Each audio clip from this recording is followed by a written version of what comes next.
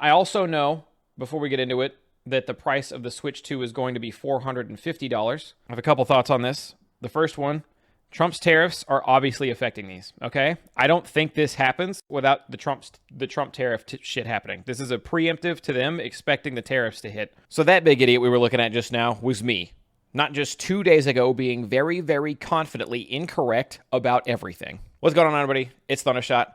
And we're here today to talk about the Nintendo Switch 2 Direct reveal, what we all thought the case was, and what the drama actually is. And it turns out it's a bit worse than we thought before. In case you're not up to date on the news, basically a couple days ago, Nintendo revealed the Switch 2, had a big old hour-long Direct for it, showed off a lot of games it's going to have, showed off the hardware, the upgrades that it's going to have in relation to the Switch, what transfers over from the Switch to the Switch 2, what doesn't, yada yada. It was actually very exciting and very hype, barring a couple small things here and there. The Direct went really well. Internet reviews were generally very positive, with a lot of people looking forward to it. However, very shortly after the Direct ended, we all kind of found out the bad news that Nintendo didn't want to show during the Direct about the console and the things surrounding it. For starters, the console itself, the Switch 2 system, is going to be $450. This is a drastic change from the $300 that the Switch 1 was when it launched way back in 2017, and $450 doesn't seem like it's worth it, even accounting for inflation and the upgrades that they've made over the last, good lord, how long has it been, 8 years? But it doesn't end there. Not only is the Switch 2 notably more expensive than the Switch was when it came out, but the price of games themselves are going up.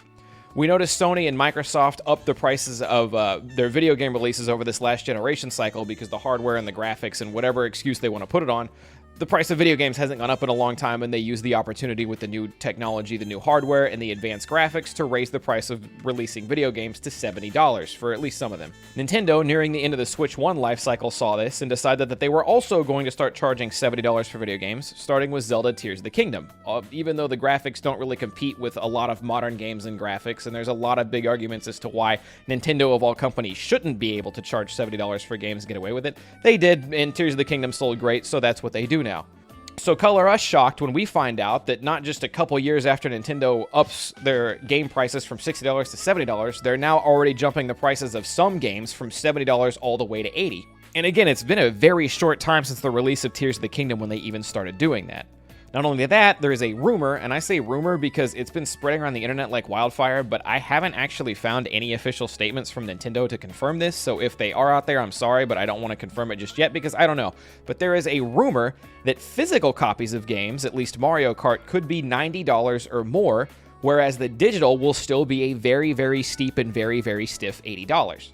Now, to go back to the clip I was showing at the beginning of this video, that was me reacting to the Direct, and myself and a lot of other people were very wrong, but very confident that the reason that the Switch 2 was so expensive compared to the Switch 1, and the reason the prices of games were going up again so quickly after they just got raised not that long ago, was because Japan was preemptively predicting the tariffs. Nintendo was preemptively predicting how the tariffs would go when Donald Trump put them into effect for the United States, and they were pricing the Switch 2 up ahead of schedule, so that way when the tariffs hit, we would feel less of the effect on it, and we would already be prepared for what was happening. It turns out we were still wrong about that. Because even if $450 sounds expensive, and even if $80 sounds expensive for video games, and even if the price of their controllers and Joy-Cons have gone up, as long as they were accounting for the tariffs, even if I'm not happy about it, and even if other consumers aren't happy about it, it still made a bit of sense, and you kind of do what you have to do in a weird situation like this when the US government is doing something like that to imports.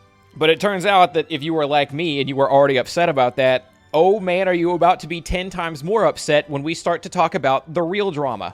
Because to go back to the clip at the beginning of the video, as myself and many people believed, the reason the Switch 2 was so expensive was because of the tariffs. The reason we were seeing a hike on games themselves and controllers and things like that, again, was because of the tariffs. You're doing a new console launch, you get out ahead of it, so you make things a bit more expensive, notably more expensive, but that way when the tariffs hit, none of the prices change, and it kind of evens itself out, and you'd think people would be a little understanding of that. We were wrong. Breaking news, Nintendo announces that they will not open up pre-orders to people in the United States until they learn more about the tariffs. Now, what does that mean exactly? Well, it means that they priced the Switch 2 at $450 on purpose because that's what they wanted to sell it at without the tariffs. It means that even though they just started selling games at $70 a pop with Tears of the Kingdom just a mere year or two ago, They're already raising the price to $80 on purpose, and that's without the tariffs. The more I looked into this, the more I realized that this was intentional, and this is exactly what they wanted. They obviously don't want to pay the tariff prices, but even if there were no tariffs, even if Trump backs out on that, this is the price of the Switch 2, and it's not changing. I was writing this off before because I thought they were just using it as an excuse to charge everyone more, but you could look at the prices that the game console and system will be in other countries if you can cross-reference it with like how it sells in Germany, how it sells in Canada, what it's selling for in Australia. They are raising the price across the board. It wasn't just people in the United States that were getting charged more. Again, I wrote that off as like, okay, they're using the US tariffs as a reason to raise prices everywhere, so they're still going to make money elsewhere, and then that way Americans don't feel like they're getting the short end of the stick, paying a lot more than other countries may be. That's not the case. Every country is supposed to pay this heavily inflated price. Every country is supposed to pay notably more for the Switch 2 than they did for the Switch. Every country is supposed to pay notably more for Mario Kart than they did when they bought Mario Kart on the Switch or when they bought that exact same Mario Kart on the Wii U. Now, I know a couple people who might be less economically savvy, and believe me, I'm not the most economically savvy guy, but a couple people who might be less economically savvy than even myself might be saying, oh, well, they're just adjusting for inflation. I've actually pulled up the numbers on this. The Nintendo Wii, which is one of the best-selling consoles of all time, released for $249.99 in 2006. If you run this through an inflation calculator, it comes out to a little bit under $400 in modern-day money. I will say with the Wii, even adjusting for inflation, you have to remember at the time, the consoles that were coming out were very, very expensive. The PlayStation 3 was $500 to $700, something like that. The Xbox wasn't that much cheaper. And the Wii was a very well-oriented family toy, and I feel like you got a lot of bang for your buck for that. But even still, sub-$400 console, it sold really, really, really well. Moving on to the Wii U, which came out in 2012, it was priced at $299.99 when it launched. If you translate the $299.99 into today's modern money, it would come out to a bit over $400. We're looking at upwards of $410, maybe even closer to $420. And as I said, the Wii U was a massive failure. Fast forward to the Nintendo Switch, released in 2017 for $300 even, $299.99. The same price as the Wii U, despite the 5-year difference in the console release.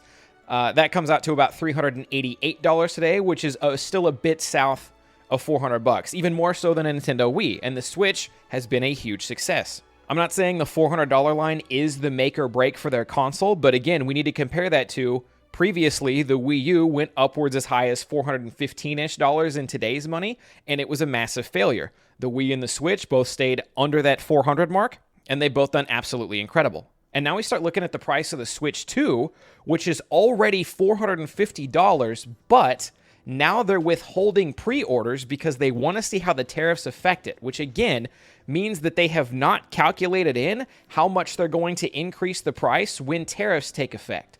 So if you want to have a rough idea of how much they could be jacking up the price of the Switch 2 even beyond the $450 they're already advertising it as, well, if we look at the list that the White House put out the other day for what percentage they're going to charge other countries on imports to the United States, they do it on a by-country basis almost. Japan is clocking in at a 24% tariff on everything they import into the U.S. Again, I'm not an economist, and if I'm getting any of this wrong, please feel free to let me know in the comment section down below, but let's just round that 24% up to 25% and do the math again. If we add a flat 25% to the $450 the Switch 2 is currently being advertised as, that gives us $562.50.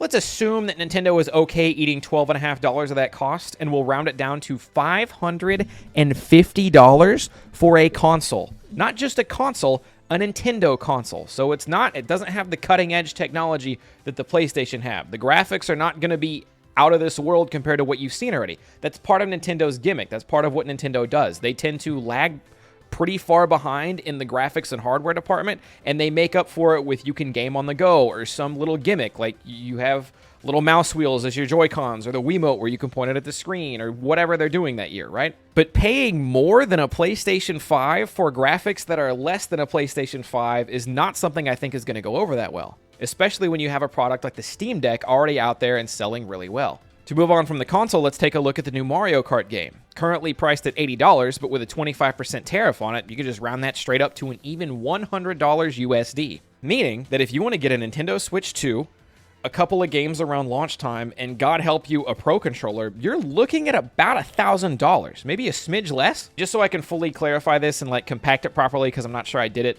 right in my first explanation. the drama was that the Switch was $450, and that's expensive, and that the games were $80, and that's expensive.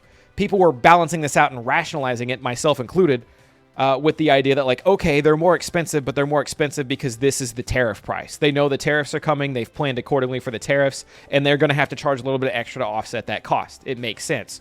The real drama is that, as we just found out with them announcing people in the US can't pre-order yet because they're waiting to see about tariff stuff, it means that this is the price without tariffs. They always intended for this to be the price without tariffs, and it's already expensive. So now, if the tariffs go through, we're going to get this already expensive price plus the tariffs, which is 25%. Putting the Switch at a little bit north of $550, though I imagine they'll round that down to $550, and an $80 Mario Kart game to $100 with the tariff pricing included. It's going to be rough out there, and I know it's not just Nintendo that's going to feel the effects of it. If the tariffs are still a thing by the time that the PlayStation 6 comes out, it's going to be pretty nasty.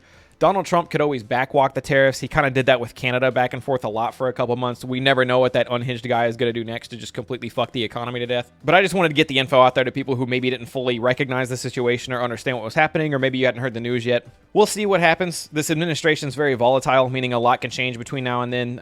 We have a president who likes to say a bunch of stupid shit and then do a lot of stupid shit and then sometimes walk that stupid shit back when he realizes how stupid it is. So maybe the prices will stay that way. Maybe they won't. Maybe it'll start affecting other gaming companies sooner than later. Maybe it won't. We're just going to have to wait and see, but if everything plays out the way it is set up to play out as is, and if nothing changes, then yes, we are looking at I'm going to guess $550 Switch 2 console. Nintendo might be nice and eat an extra $50 of that, making it a $500 console, which I still don't think the Switch 2 would be worth at that point. And we are going to be looking at $80, $85 to $100 games, because not every Nintendo Switch 2 game they've announced so far is going to be $80. They might be $70 or maybe even $60, but I wouldn't count on that pre-tariffs. So again, adjust for the tariffs. I know there's also a thing going around about how you can't buy physical media for all Switch 2 games. Some Switch 2 games you'll buy the physical copy of, and it'll just be a case with a code in it. That's causing a lot of panic. I just want to clear that up too real quick. Independent companies who release their games on Switch have been doing this for a long time now. It happens on the Switch. I think it even happens on PlayStation. But a lot of smaller studios tend to not ship discs because they don't have the proper shipping methods or the proper packaging. Like, they never planned for it when they were a small studio. It's a somewhat normal thing, and I wouldn't expect it with your first-party titles. You can still expect to get a cartridge with Mario or Donkey Kong or anything like that. Anywho, again, that first clip is for me reacting to the Direct, so if you want to see my reaction to the Direct, and if you're quick, you might get there before I delete that part about me incorrectly saying the tariff stuff. But if you want to react to me to the Direct, that'll be the link in the description down below, or one of my most recent videos. And other than that, that's about it. I will try to keep up with more news on this as it comes out, more if we learn anything. But yeah, that's all I got. Thunderthots, peace, late. Catch you guys next time.